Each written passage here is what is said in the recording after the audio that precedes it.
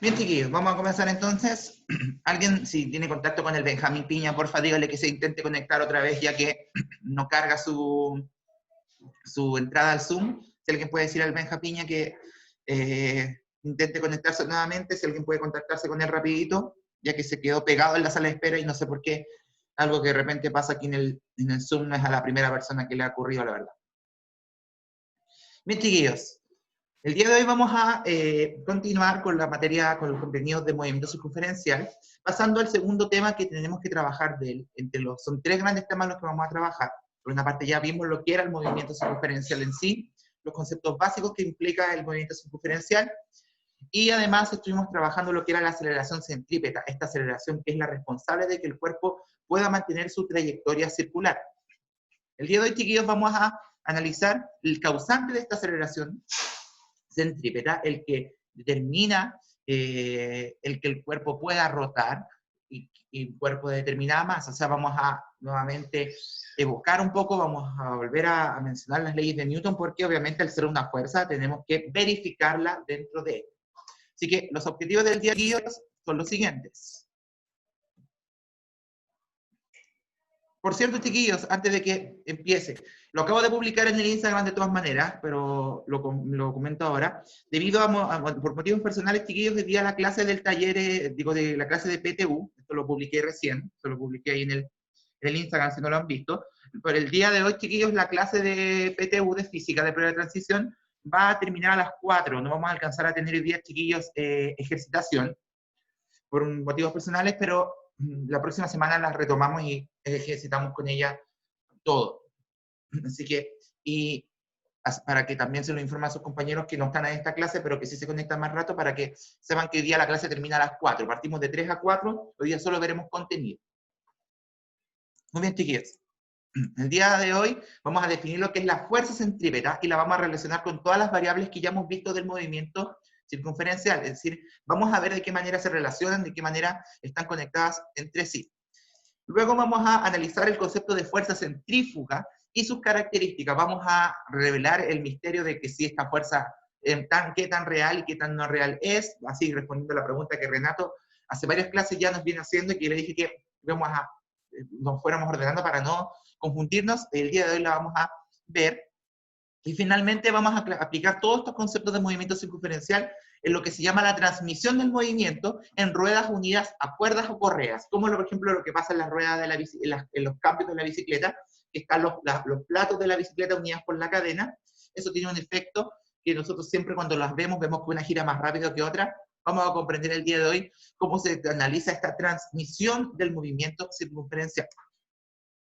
Así que lo primero que vamos a hacer, chiquillos, es definir efectivamente lo que corresponde al concepto de fuerza centrípeta, un poco uniendo lo que ya habíamos visto en la clase anterior respecto a la aceleración centrípeta. Ya habíamos dicho que esta aceleración centrípeta era la aceleración que siempre apuntaba hacia el centro y que permitía el cambio de la velocidad angular y tangencial, de tal manera que cambiara la dirección, es decir, esta es la responsable de que el cuerpo pueda girar, ya que la aceleración centrípeta apunta hacia el centro, y al hacer esto va modificando la dirección del movimiento circunferencial, y así puede provocar que este movimiento sea en una trayectoria no rectilínea, es decir, circular. Pero nosotros aprendimos cuando vimos el año pasado lo que era conceptos de movimiento lineal, que todos los conceptos de movimiento, velocidad, rapidez, aceleración, se debían a causa de algo donde Newton jugó un rol importante. Es donde entra la fuerza centrípeta, y analizaremos esta junta a la centrífuga y vamos a ver sus diferencias. Partimos entonces, chiquillos, primero definiendo lo que corresponde a la fuerza centrípeta, que se abrevia con la letra Fc. Nosotros sabemos, chiquillos, que MCU corresponde a movimiento circular uniforme, es decir, con velocidad constante. Como estas variables de velocidad tangencial, angular y los radios de giro son constantes, la aceleración centrípeta, que depende de ellos tres, también lo será, solo que va cambiando la dirección. Si consideramos, chiquillos, ahora la masa en rotación, la masa del cuerpo en rotación, es decir, hasta ahora nosotros no habíamos considerado la masa del cuerpo, solamente estamos viendo lo que producía al girar. Un poco el análisis que también trabajamos el año pasado cuando vimos primero velocidad, rapidez y aceleración, que no considerábamos la masa del objeto, y luego la considerábamos porque este tenía un efecto en su trayectoria circular. Si la masa en rotación está siendo víctima de una aceleración, masa y aceleración pueden ser relacionados con la segunda ley de Newton, que nosotros sabemos que es masa por aceleración. Nosotros sabemos que la segunda ley de Newton relaciona la masa del cuerpo y la aceleración que está experimentando. En este caso, la aceleración que está experimentando es la que tiene el cuerpo en rotación, esta aceleración centrípeta. Así que podemos perfectamente definir la fuerza centrípeta como la masa por la aceleración centrípeta. Porque ahí nos faltó la C, ahora me acabo de dar cuenta que nos falta aquí una letrita. Nos falta ahí una letra C, porque no se ve. Ahora me doy cuenta que no se ve porque elegí un color. Ahí sí, nos falta la letra C, de fuerza centrípeta. Va a ser entonces de la relación entre la masa y la aceleración centrípeta. Ambas ahí juntas relacionan la fuerza centrípeta. Así que con eso, volviendo un poco a lo que ya habíamos conocido de la fuerza centrípeta, de las fuerzas también y de la segunda ley de Newton en este caso, existe una fuerza que se ejerce sobre el cuerpo y que es responsable de su aceleración y del cambio en la dirección de velocidad. Nosotros, recordemos, un cuerpo se mantiene en reposo o velocidad constante a menos que una fuerza lo saque de ese estado. Esto que señalo, lo que en relación a la primera ley de Newton. La fuerza centrípeta es la fuerza encargada de sacar del estado de inercia al cuerpo que está rotando. ¿De qué manera? Va a seguir rotando, supongamos que está justo girando ahí. Si no hubiese nada que lo empujara para cambiar su dirección, el cuerpo seguiría moviéndose hacia allá. Pero la fuerza centrípeta, ¿qué hace? Lo empuja hacia el centro y lo va cambiando de dirección y sentido. Recordemos que la primera ley de Newton, este principio de inercia, decía que un cuerpo se va a mantener constante a menos que una fuerza cambie su movimiento. ¿Y cómo lo va a cambiar en el movimiento circunferencial? No va a cambiar su velocidad, sino que va a cambiar su dirección y su sentido. Con que cambie una de esas tres cosas, el valor numérico, la dirección o el sentido de movimiento, ya rompemos la inercia. Eso no lo habíamos visto con tanto detalle. Nosotros nos habíamos encargado de cambiar la velocidad nomás, cambiar un número. Pero si nosotros también cambiamos la dirección o el sentido de movimiento de un objeto, es decir, que no siempre siga para allá, sino que se vaya moviendo, cambie esto, aunque mantenga su velocidad angular, el cuerpo rompió su inercia igual. Es decir, verificamos también la primera ley de Newton con esta fuerza centrípeta. Por una parte, al haber estado relacionada la masa y la aceleración, al estar presentes en este movimiento circular, podemos verificar la segunda ley de Newton. Con lo que acabo de señalar de romper la inercia, es decir, lograr que el cuerpo cambie su dirección para que gire, para que logre esta trayectoria circular, es que nosotros ahí verificamos la primera. ¿Cómo verificamos la tercera ley de Newton? El principio de acción y reacción. Es el principio de acción, la acción sería la fuerza centrípeta que nos mantiene en movimiento. La reacción a esto es la fuerza, perdón, la acción en este caso es la fuerza con la que nosotros giramos el objeto, o la fuerza que hace que el cuerpo gire y se mantenga girando. Y la reacción es la fuerza centrípeta en sentido contrario. ¿Por qué? Porque si nosotros no tuviéramos una fuerza de reacción, en este caso la fuerza centrípeta, no existiera, el objeto no giraría nunca y se iría volando hacia afuera. Porque no habría ninguna fuerza que lo mantenga en su eje de giro. Entonces, la fuerza de reacción, la fuerza centrípeta en este caso, es la responsable de que el cuerpo se mantenga girando y no rompa su trayectoria circular. Entonces, de esta manera, chiquillos, verificamos, nosotros lo dijimos el año pasado y lo recalcamos al principio de año también, que para poder decir que una fuerza es real, debe cumplir las tres leyes. Acabamos entonces de comprobar que la fuerza centrípeta cumple las tres. La primera ley de inercia, por lo que acabo de señalar de que la fuerza centrípeta cambia la dirección y el sentido, modificando así su estado de inercia. La segunda ley la verificamos porque tenemos masa y una aceleración y las podemos relacionar a través de esta ley. Y la tercera ley, con lo último que dije sobre la relación entre acción y reacción, entre la fuerza aplicada para que el cuerpo gire y la fuerza centrípeta como reacción para que el cuerpo no salga disparado hacia un solo lado. Así que, con esas tres cosas, chiquillos, nosotros podemos definir lo que corresponde a la fuerza centrípeta. Como centrípeta va a apuntar hacia el centro de giro, hacia el eje de giro, y va a estar alineada con la aceleración centrípeta, es decir, las dos van a estar apuntando hacia el mismo lugar en el mismo punto. ¿Cómo se lo podemos observar en la siguiente imagen, chicos? Como lo pueden ver ahí. El cuerpo está rotando, tiene su velocidad angular hacia arriba, como dijimos, su radio de giro, la masa del objeto en rotación, y la fuerza centrípeta es la que la mantiene hacia el centro, y se fijan, está en la misma línea que la aceleración centrípeta. Y apuntando tangencial a todo esto, tenemos la velocidad tangencial. Entonces, todos los elementos que ya habíamos visto anteriormente se repiten aquí, y si se fijan, en la misma línea, en la misma dirección, va a estar apuntando fuerza centrípeta y aceleración centrípeta. ¿Por qué? Porque, como la fuerza es la causante de que el cuerpo acelere y tenga este cambio de velocidad, de posición, fuerza centrípeta obviamente va a estar ligada a la aceleración centrípeta, es decir, van de la mano. Y también van de la mano de la masa del objeto, es decir, hacia donde apunte la fuerza centrípeta. Va a estar la dirección donde está ubicada la masa, es decir, nunca vamos a tener la fuerza centrípeta aquí si la masa está acá. ¿Por qué? Porque estos tres, masa, fuerza y aceleración centrípeta, están todos unidos porque están relacionados estos tres a través de la segunda ley de Newton. Eso es, por así decirlo, que los conecta.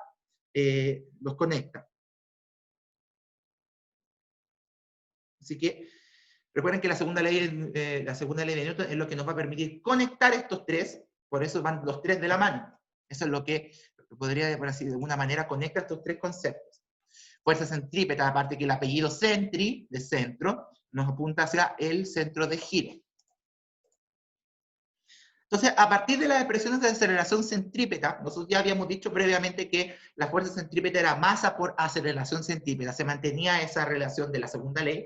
Nosotros podemos desarmar un poquito la expresión de fuerza centrípeta, porque nosotros sabemos que tenemos dos versiones para la aceleración centrípeta. Si lo recordamos de la clase pasada, que lo estuvimos viendo, la fuerza centrípeta, para la entrega anterior, nosotros sabemos, chiquillos, que la aceleración centrípeta se puede definir de dos maneras, dependiendo de la velocidad angular o bien dependiendo de la velocidad tangencial. En estas dos versiones que habíamos visto en la clase anterior, las clases anteriores, la aceleración centrípeta puede ser la velocidad angular al cuadrado por el radio o la tangencial al cuadrado partido el radio. Cualquiera de estas dos versiones, chiquillos, nos va a permitir analizar la aceleración centrípeta. Entonces, como recordamos de delante, dijimos que fuerza era masa por aceleración centrípeta. Habíamos dicho que la fuerza centrípeta era masa por aceleración. Simplemente reemplazamos esa aceleración centrípeta por una o por otra y obtenemos una versión más circunferencial, por así decirlo, de la fuerza centrípeta. Entonces, matemáticamente podemos definir la fuerza centrípeta de dos maneras.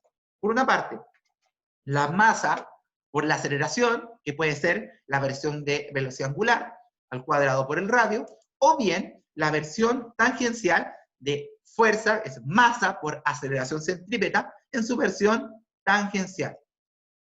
Entonces, ahí tenemos masa por aceleración en versión angular, o bien masa por aceleración en versión tangencial. Entonces, ¿de qué va a depender cuál de las dos expresiones matemáticas tengamos que ocupar? Va a depender exclusivamente de los datos que nos entreguen y la información que vamos a ir desenredando, por así decirlo, de cada situación, de cada problema que nos aparezca en los distintos ejemplos y ejercicios que estén presentes por ahí. Entonces, hay un detalle que no se nos debe olvidar. Como toda fuerza, ¿qué tienen en común, chicos? ¿Quién podría responder en el chat? ¿Qué tienen en común todas las fuerzas existentes? ¿En qué se relacionan todas? ¿Qué tienen en común todas? Aunque sean el peso, la normal, la tensión, todas estas fuerzas. ¿Qué tienen en común todas ellas? Incluyendo la fuerza centrípeta que estamos viendo ahora. ¿Qué tienen en común? ¿Qué punto tienen en común todas? Que es lo único que podemos asegurar que tienen todas en común. ¿Alguien podría responder en el chat, chiquillos?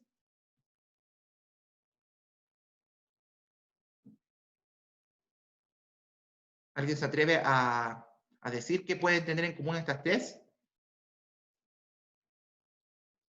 Muy bien, Sofía. Efectivamente, tal como dice la Sofi, lo que tienen en común todas las fuerzas, incluyendo la fuerza centrípeta, es que, como toda fuerza, también se mide en newton. Muy bien, Sofía. Ahí tu análisis. Eso es lo único que podemos asegurar de todas las fuerzas, porque sabemos que cada una de ellas tiene efectos distintos. Por ende, no podemos relacionarlas de alguna manera.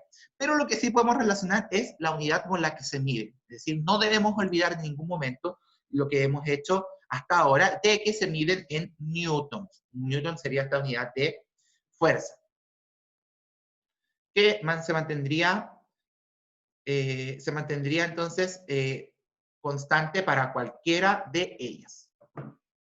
Entonces, la fuerza centrípeta sigue siendo masa por aceleración, donde podemos versionar, por así decirlo, dar una versión tangencial o una versión angular o versión tangencial. Ahí nosotros decidimos cuál de las dos vamos a ocupar para poder analizar estas variables aquí.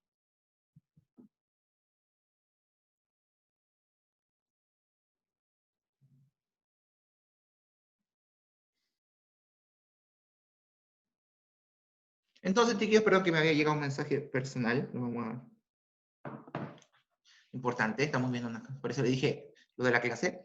Entonces, vamos a analizar esto después, pero antes, yo sé que hay uno de aquí del chat, bueno, y todos también puede que estén pensándolo, hay uno que está esperando este momento, que es definir lo que es la fuerza centrífuga y responder el gran misterio de que por qué he dicho todas estas últimas clases que esta fuerza no es real.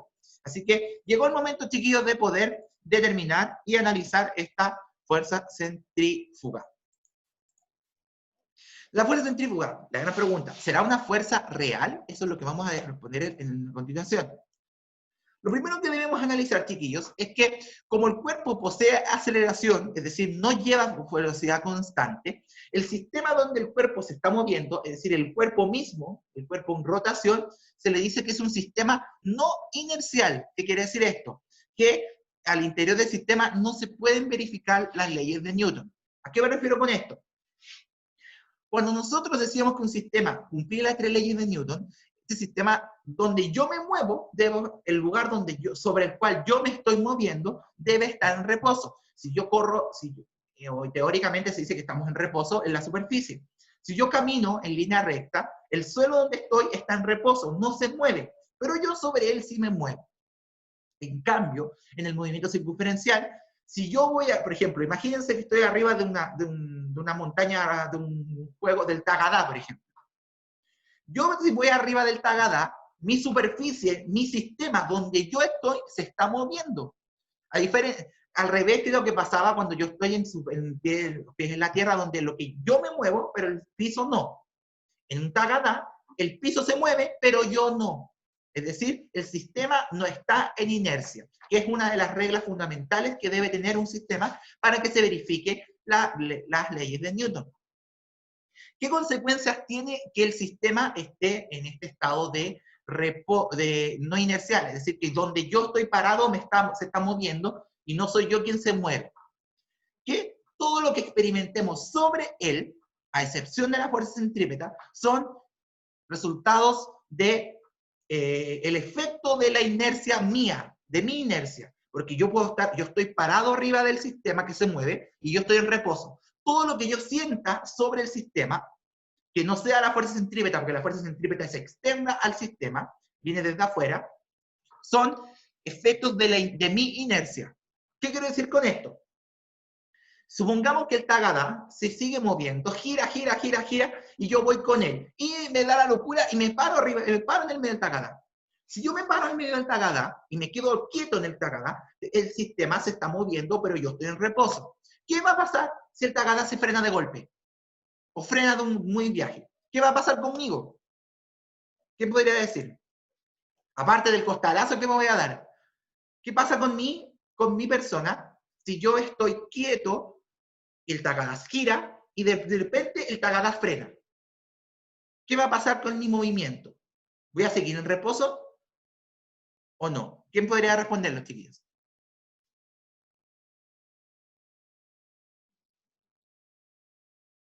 ¿Qué pasaría, chiquillos?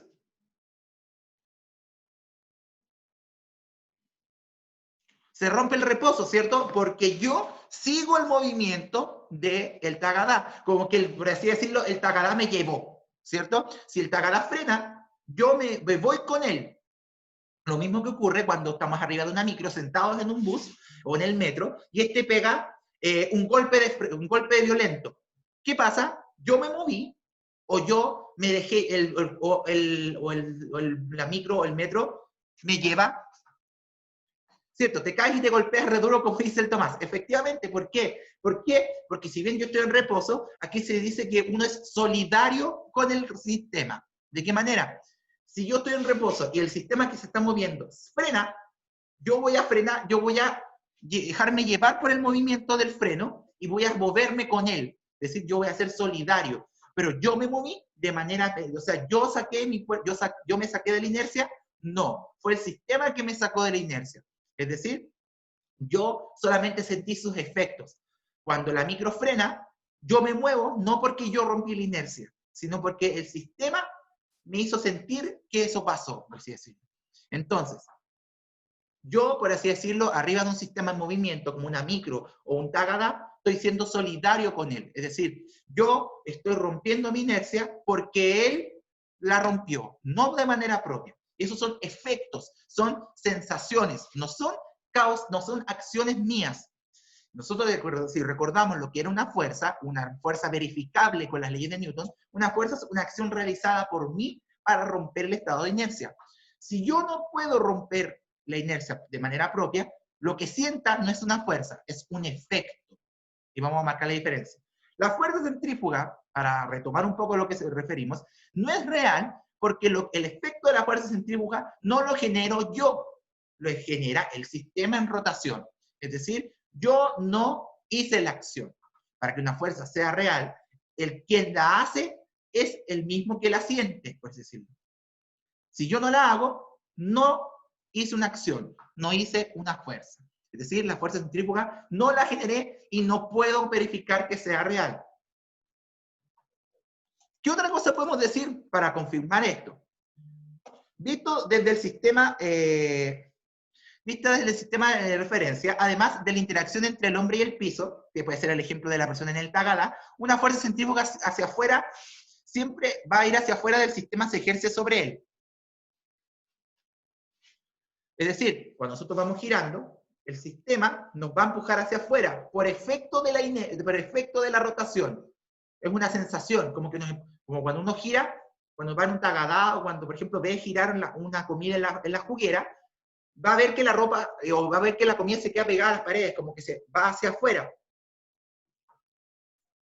Esta fuerza parece tan real como la gravedad. Es decir, cuando yo, por ejemplo, la micro gira muy fuerte en una curva, yo me voy para el lado, me voy hacia las orillas, es como que me apunto hacia afuera. Y pareciera que ese efecto es tan fuerte como lo es la gravedad, como si hubiese una fuerza casi como la gravedad que nos empuja hacia afuera. Y nosotros lo sentimos. Eso sería lo que para nosotros sería una fuerza centrífuga. Exacto, el juego de la centrífuga también. Nosotros sentimos su efecto, que algo nos empuja para afuera y creemos, oye, la gravedad me está tirando para afuera. Pero no es la gravedad. Vamos a explicar el tiro qué es.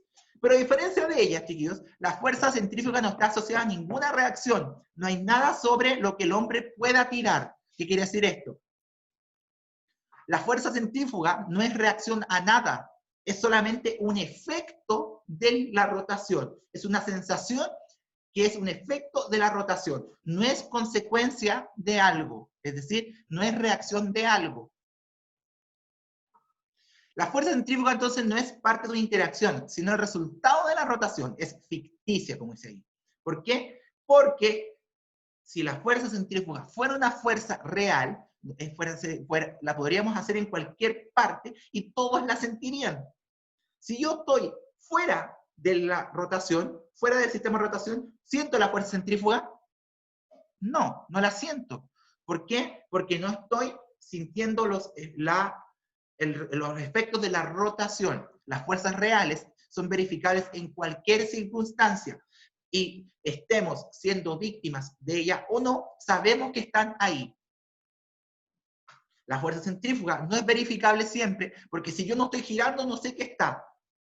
Pero si yo Si no estoy girando, no sé qué está, pero si yo me pongo a girar, la voy a sentir, porque es un efecto, es una interacción, es el resultado de lo que pasa al girar, es una consecuencia, pero no tiene una causa, es solamente un efecto secundario, por así decirlo, de la rotación. No es como el peso y la normal, que el peso, nuestro peso tiene como reacción la normal, la tensión tiene un empuja para un lado y empuja para el otro, el roce también, uno camina, el roce es en reacción contraria.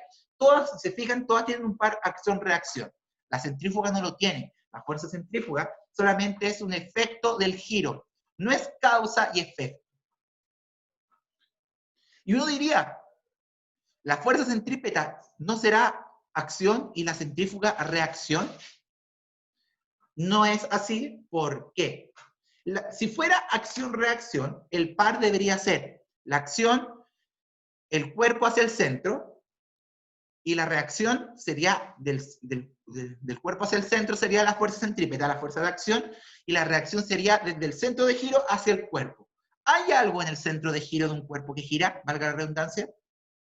¿Hay alguien o algo que esté ejerciendo fuerza en el centro de giro? ¿Hay algo que esté en el punto de giro? No lo hay. Es solamente un punto nomás, un punto en el espacio. Al no ser algo real, hacer algo tangible, el centro de giro no ejerce ninguna fuerza de reacción. Es decir, no podríamos decir que la fuerza centrífuga es reacción de la centrípeta. Entonces, conclusiones. Vamos a anotarlas aquí en la pizarra para que quede claro por qué no es real. La fuerza centrífuga no es real por las siguientes cosas, por las siguientes causas. Número 1, ocurre en sistemas no inerciales, que eran los que se movían, y nosotros dijimos que esos no verifican las leyes de Newton. Segundo, es un efecto, no es un efecto de la rotación. No es una acción, como todas las fuerzas.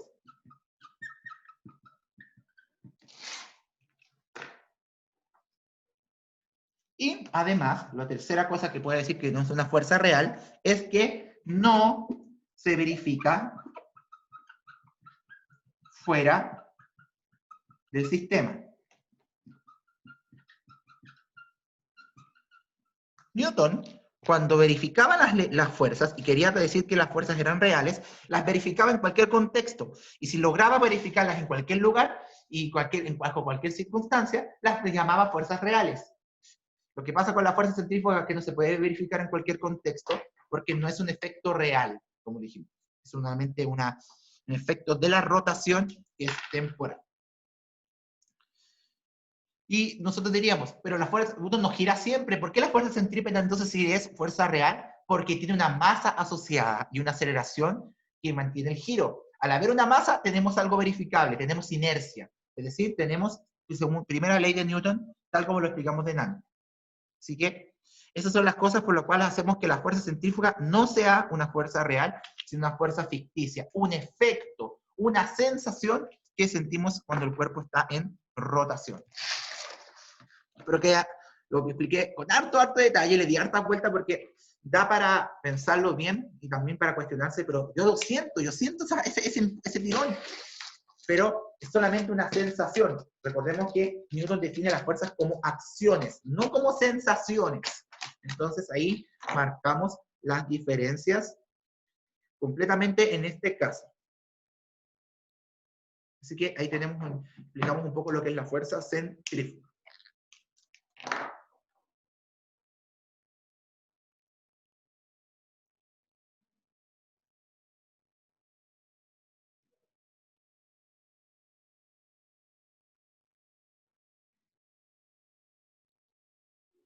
Bien.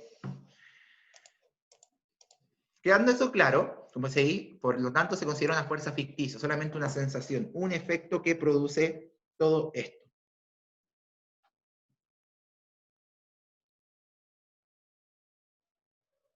Bien, Teniendo esto claro, chiquillos, ya abarcamos todo lo que es la dinámica circular. Es súper cortito, pero también nos permite analizar lo que es el movimiento circunferencial en sí. Y nos falta por verificar, chiquillos, aquí hay otro ejemplo, perdón, aquí había otros ejemplos, estos juegos como estos juegos colgantes, donde también podemos verificar también los casos de fuerza centrífuga. La que está a la derecha, chiquillos, es una estación de prueba de la marca Mercedes-Benz, si no me equivoco, que está allá en Europa, que permite a las empresas verificar la efectividad de la inercia, para evitar que, digo, para analizar la estabilidad de de los vehículos que se fabrican. Ustedes verán, el auto está casi de lado, no es un engaño. Este auto efectivamente puede hacerlo porque su motor aguanta y puede pasar rápidamente por él. Pero eso también está ahí está sintiendo los efectos de la fuerza centrífuga de todas maneras.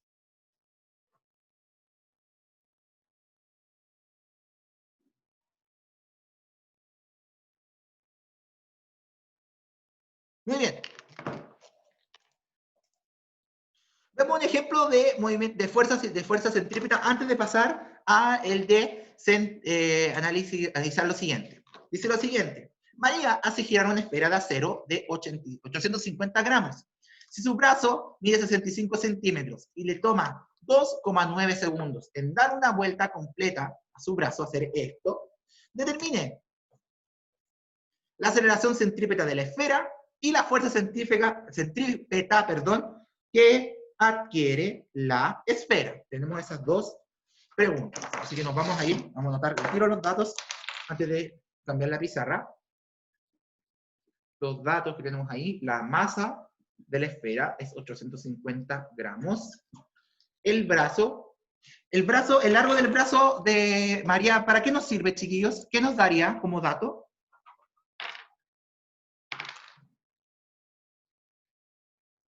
¿Qué dato nos aporta el largo del brazo de María? ¿El diámetro o el radio de giro? Imagínenselo.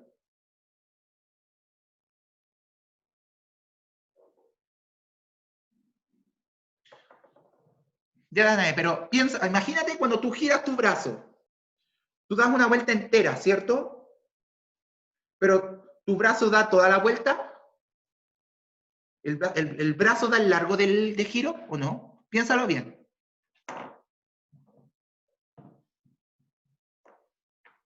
Piénsenlo bien, chiquillos. ¿El largo del brazo de María da el diámetro o el radio de giro?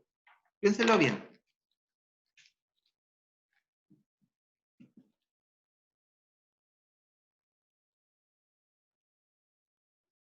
¿Quién tiene una idea?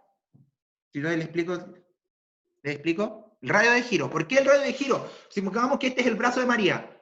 Si María gira y la punta del plumón es la punta del plumón, chiquillos, es la esfera. Si María gira su brazo, fíjense cómo va girando. No da el diámetro, sino que va a ir dando el radio de giro. Porque es desde el centro hasta la esquina de la circunferencia. ¿Lo ves, Danae? ¿Entiendes lo que estoy haciendo ahí con el plumón? Que está barriendo el radio, no el diámetro. Entonces sería radio 65 centímetros. Y dice que le toma 2,9 segundos en dar una vuelta completa. Entonces ahí podemos sacar la velocidad angular, porque una vuelta completa son 2pi y el tiempo son 2,9. Y lo sacamos al tiro. Pero antes lo voy a mostrar, nos vamos a checar aquí entonces para que lo veamos ahí. Voy a agrandar al tiro la PPT para que, voy a agrandar al tiro la pizarra para que se vea de mejor manera. Perdón. Se me fue. Ahí está. Ahí está. ¿Qué nos molesta ahí, chiquillos? ¿Qué datos nos molestan? Que no, puede que no estén en ¿hay algo que está bien ahí? ¿Hay algo que no hay que hacer con los datos? Las unidades por ahí, mírenlo, mírenlo. ¿Qué hay que hacer algún cambio por ahí?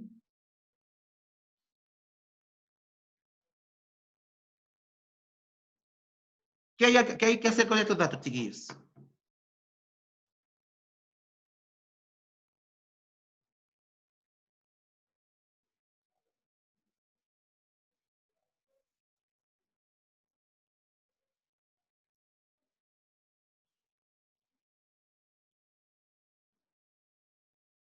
Hay que pasar los centímetros a metros. Muy bien, Sofía. ¿Cuánto sería la transformación de 65 centímetros a metros? 0,65. Muy bien, Renato. 0,65 metros. ¿Hay algo más que haya que transformar aparte del radio?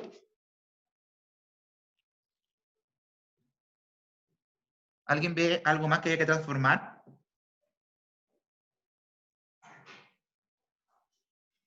¿Hay otra cosa que nos falte, que nos den las unidades correctas?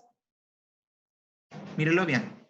La velocidad angular, sí, hay que dividir, sí. Gracias a Danae, se me ha olvidado dividir el 2pi por 2,9 nos da 0,68 pi en radianes segundo. Pero hay una más, una cosa más falta. Vamos a dejar ese espacio para hacer el ejercicio de al ladito. Los gramos, muy bien, Sofi. ¿Cuánto quedaría eso en kilogramos entonces? ¿Cómo sería esa transformación? ¿Alguien sabe, Sofi o alguien más, cuánto quedaría esos 850 gramos en kilogramos? 0,85. Muy bien, Renato. Entonces nos queda en kilogramos. Entonces, ahora sí, tenemos todos los datos que nos piden para poder calcular. Entonces está, ahí sí, está fuerza centípeta y esta aceleración. Así que partamos inmediatamente con ellos. La letra A, chiquillos, nos pide determinar la aceleración centrípeta, la que la podemos calcular como, en este caso tenemos velocidad angular, así que vamos a ocupar velocidad angular al cuadrado por el radio. Multiplicamos 0,68 pi al cuadrado por el radio de giro, que es 0,65. Entonces, eso nos va a dar, y lo calculamos rapidito, nos da 0,68 al cuadrado por 0,65 da aproximadamente 0,3 pi cuadrado, y eso recordemos que estaba en metros partido por segundo al cuadrado. Eso nos da entonces la aceleración centrípeta del objeto en rotación. Y en la letra B nos piden sacar la fuerza centrípeta. Como ya tenemos la aceleración centrípeta, ocupemos la versión más básica de esta, que es la versión más simple, masa por aceleración centrípeta. ¿Para qué vamos a volver a reemplazar las velocidades angulares y los radios si ya sacamos la aceleración centrípeta? Entonces, la fuerza centrípeta de la pelotita de esfera de acero sería la masa, que es 0,85. Me quedó un poco feo, ahí sí, 85, por la aceleración centrípeta, que es 0,3 pi cuadrado. Me quedó un poquito raro el 2 también. Entonces, la fuerza centrípeta que tiene este objeto, simplemente sería multiplicar ambos, 0,85 por 0,3, nos da 0,25 pi cuadrado, y como fuerza se mide en newton. Entonces, la gracia de este ejercicio, si bien no era matemáticamente tan complicado, solamente había que expresar las expresiones de matemáticas tal como las habíamos visto, la complejidad que podía tener esto era no fijarse en lo que estoy apuntando aquí con el plumón, es en los datos que teníamos, que era más que nada el analizar la transformación de gramos a kilogramos y de centímetros a metros. Y tomar en cuenta la información que nos decía que se demoraba 2,9 segundos en dar una vuelta. Es decir, una vuelta son 2pi y en el tiempo 2,9 segundos. Eso nos daba entonces la velocidad angular que estábamos buscando. Así que muy importante eso para que lo trabajemos y no se nos vaya ningún detalle. Siempre, siempre fijarse en las unidades de medida que estamos trabajando. Que recuerden que la masa es en kilogramos, la distancia en metros, y la velocidad angular la vamos a sacar con la información que tenemos ahí, un poquito desglosada entre medio de todo lo que tenemos por ahí. Muy bien. ¿Quedó claro, chiquillos? Nos queda un temita más para terminar la clase. Todavía estamos dentro del tiempo de la clase, recuerden que puede ser máximo 1 hora, así que todavía nos queda un poquito. Nos queda lo último que vamos a ver, que corresponde a transmisión del movimiento circular. Eso es lo que vamos a ver ahora, chiquillos, que es lo último que nos queda por ver por hoy. la transmisión del movimiento circular, como lo que vemos, por ejemplo, en las bicicletas, en las cadenas entre los dos platillos, los dos platos, perdón, que tienen. Consideremos, chiquillos, dos ruedas de diferentes radios, uno mayor que otro, como el que tenemos acá abajo, conectadas por una única cuerda, es decir, la cuerda que está pasando por aquí y por acá, que está saliendo, que sale de la rueda 1, sale por la rueda 1 y después sigue por la rueda 2, es la misma, es una única cadena, como la cadena de la bici. Como esta cadena no se puede acortar ni alargar, en todo momento la cadena va a estar moviéndose a la misma velocidad tangencial. Es decir, ¿por qué? Porque como es una única cadena, va a moverse en todo su movimiento. Es decir, cuando pase por la rueda grande o por la rueda chica, la cuerda va a estar moviéndose siempre a la misma velocidad, porque es una única cuerda. ¿Se entiende la idea? Si nosotros tenemos una única cuerda amarrada a dos esferas, y esto se está moviendo como una cadena de bicicleta, ustedes saben que la cadena de bicicleta en todo momento gira, se mueve a la misma velocidad. Lo que no se mueve igual son los platos. Uno gira más rápido y el otro gira más lento. Pero como es una única cadena, la velocidad de la cadena es la misma en todo momento. Y en este caso, queda representada por la velocidad tangencial. Como las ruedas tienen radios distintos, cada una va a girar a distinta velocidad. Cada una tiene su velocidad de giro, una va a tener una velocidad mayor o menor. Va a depender del radio de giro. Recuerden que entre más chica la cuerda, entre más chica la rueda, su velocidad angular es mayor. ¿Por qué? Porque se demora menos tiempo en dar una vuelta entera. Si ustedes dan una vuelta en círculos cortitas, se demoran menos que si dan una vuelta en círculo grande. Así que la rueda chiquitita giraría más rápido. Y piensen también cuando ustedes ven girar las cadenas de la bicicleta, ¿qué plato gira más rápido? ¿El plato chico o el plato grande? Entonces, la velocidad de giro de cada rueda va a depender del radio de giro, pero las podemos relacionar porque lo que hace que estas ruedas giren es la velocidad tangencial que posee la cadena. Eso hace que las dos se muevan. Y es ahí, chiquillos, donde hablamos de la transmisión del movimiento circunferencial. La cadena, es la cuerda, que está moviéndose a una cierta velocidad tangencial, le transmite su velocidad a la rueda grande y a la rueda chica. Y esas se van a conectar entre sí. Como sus velocidades tangenciales son iguales, la velocidad tangencial de la rueda, la velocidad de la rueda de aquí y la de acá serían las mismas por estar conectadas por una única cadena. El plato chico, pero no te daría la fuerza si le das presión de fuerza, más presión de fuerza. Es que la presión de la fuerza que le demos con el pedal se va a transmitir por toda la bicicleta, por toda la cadena de manera uniforme. Es decir, toda la cadena está experimentando la presión del pedal de la misma manera. Entonces va a transmitir la misma energía en todos sus puntos. Por si acaso, Tomás. Entonces,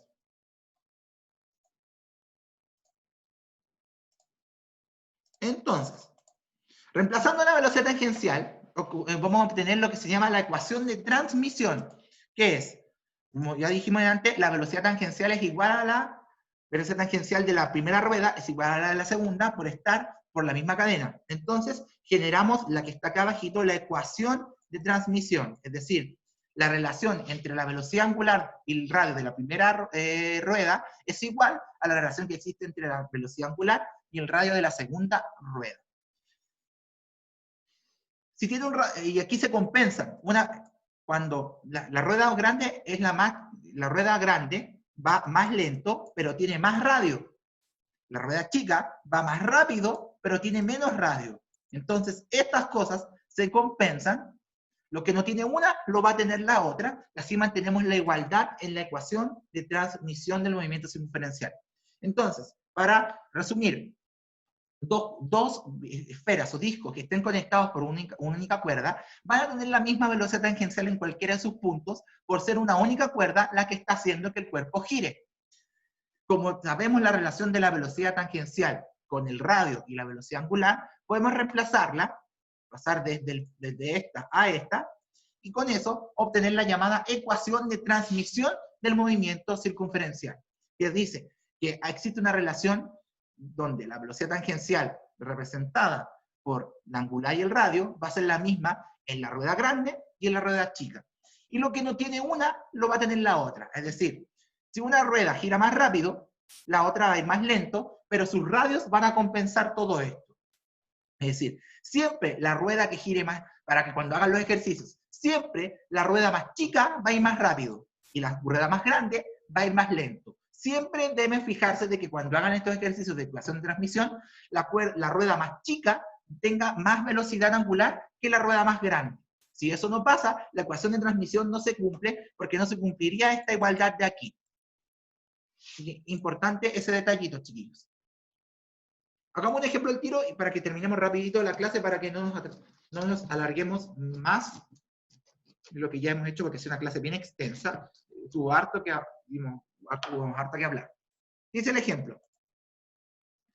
Antes de eso, aplicaciones. Tenemos un mecanismo de transmisión en un motor, de un auto, ahí está la correa del motor, la bicicleta, las poleas de transmisión en las fábricas donde pasan la banda de transportadora de los elementos que van pasando por las máquinas, son ejemplos de estas transmisiones de movimiento circunferencial. Bien, ejemplo, rapidito. Dos poleas se comunican entre sí mediante una correa de transmisión, la cual no desliza cuando las poleas giran, eso evita que se alargue o se estire. Las poleas A y B tienen diámetros de 20 y 60 centímetros respectivamente. Si la polea A da un giro completo en 0,5 segundos, determina la velocidad angular de la polea B. Entonces, datos que tenemos acá. Vamos a poner el radio de la polea A y el radio de la polea B, la velocidad angular A y la velocidad angular B. ¿Cuál sería el radio de la primera polea, de la polea A, de la más chiquitita? ¿Serían 20, chiquillos, o no? 10. Y pasado a metros sería, al tiro, 0,1. Primero pasamos los 20 centímetros de diámetro al radio, que sería 0,10, y después esos 10 centímetros los transformamos a metros. Y la segunda polea, ¿cuál sería el radio de giro? Chicos, ¿cuál sería el radio de giro de la segunda polea? Si tiene un diámetro de 60, ¿cuál sería su radio de giro entonces la segunda polea? 30. Y pasado a metro, sería 0,3 metros. Dice, la polea A da un giro completo en 0,5 segundos, es decir, una vuelta entera, los 2pi se tarda 0,5 segundos en darlo. Acuérdense que esto es vueltas por tiempo, que es lo que daba la velocidad angular. Y nos piden la de la polea B, es decir, calculemos esa rapidito. Ahí está. Calculemos esa 2 dividido 0,5, saquémoslo al tiro.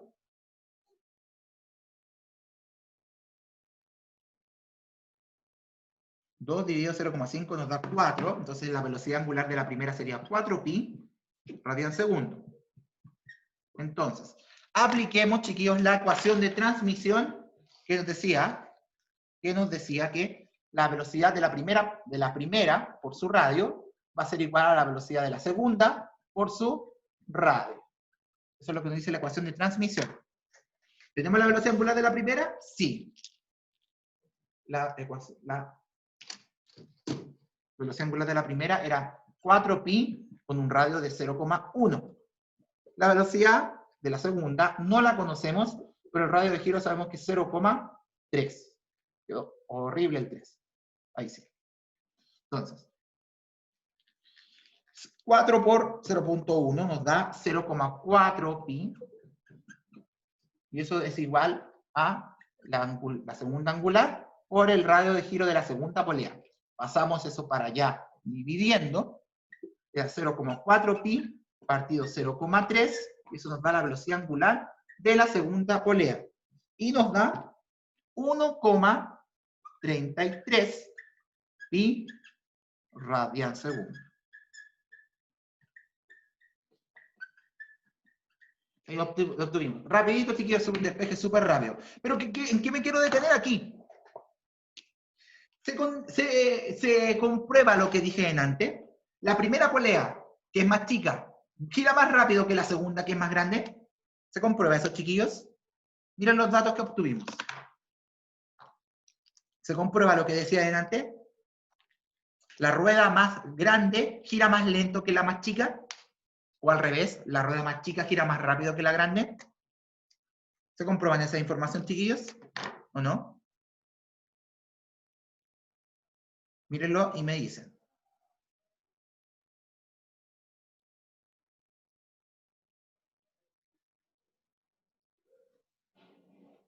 Bueno, nadie respondió, pero lo voy a decir yo. Efectivamente, chiquillos, sí se comprueban, porque fíjense, un radio de 0,1 lleva una velocidad de 4, mientras que un radio más grande lleva una velocidad de 1,33, es decir, la rueda más chica gira más rápido que la rueda más grande. Eso siempre lo deben comprobar cuando hagan los ejercicios de ecuación de transmisión. ¿Qué se comprueba esto?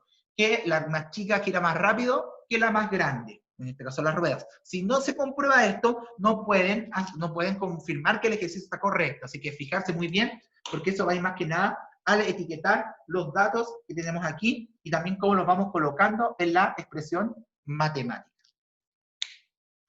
Así que ahí teníamos el ejemplo de la ecuación de transmisión para este caso que es importante también analizar. Bien, chiquillos, con eso terminamos la clase de hoy, era lo último que vamos a ver. Si hay alguna duda, chiquillos, si quedó claro, me lo hacen saber. Y lo pueden, esto obviamente está siendo grabado, así que después lo pueden ver con calma. Chiquillos, ¿quedó alguna duda, alguna pregunta con respecto a lo que vimos el día de hoy? ¿Quedó aclarada la duda sobre la fuerza centrífuga también?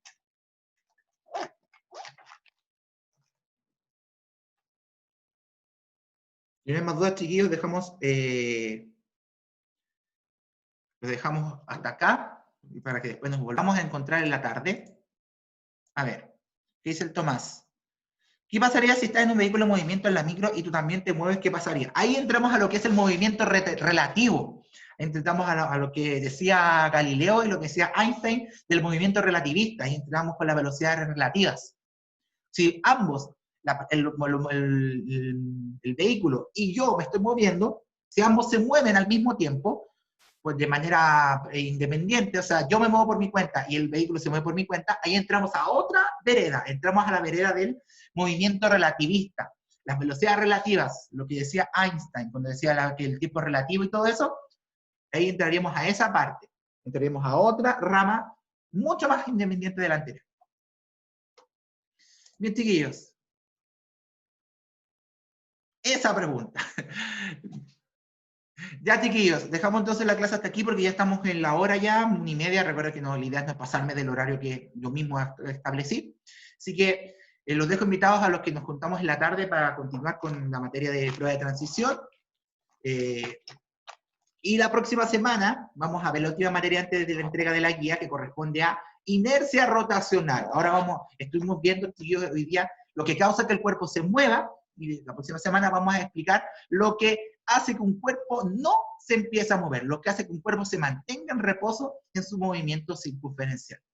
Así que la próxima semana nos vamos a ir con inercia rotacional. Así que, chiquillos, por mi parte me despido, dejándolos cordialmente invitados a los que se conectan en la tarde, que nos encontremos a las 3 como siempre, con la clase de prueba de transición, y si no, nos vemos la próxima semana, y recuerden que cualquier duda, como siempre, pueden hacerla a través del Instagram, y lo responderé en los horarios correspondientes. Así que, esperando que estén todos súper bien, chiquillos, nos vemos la próxima semana, cuídense mucho, y que estén muy, muy bien. Chao, chiquillos, que estén súper bien. Nos vemos a la tarde, o si no, la próxima semana. De nada, Mauro, nos vemos en la siguiente clase.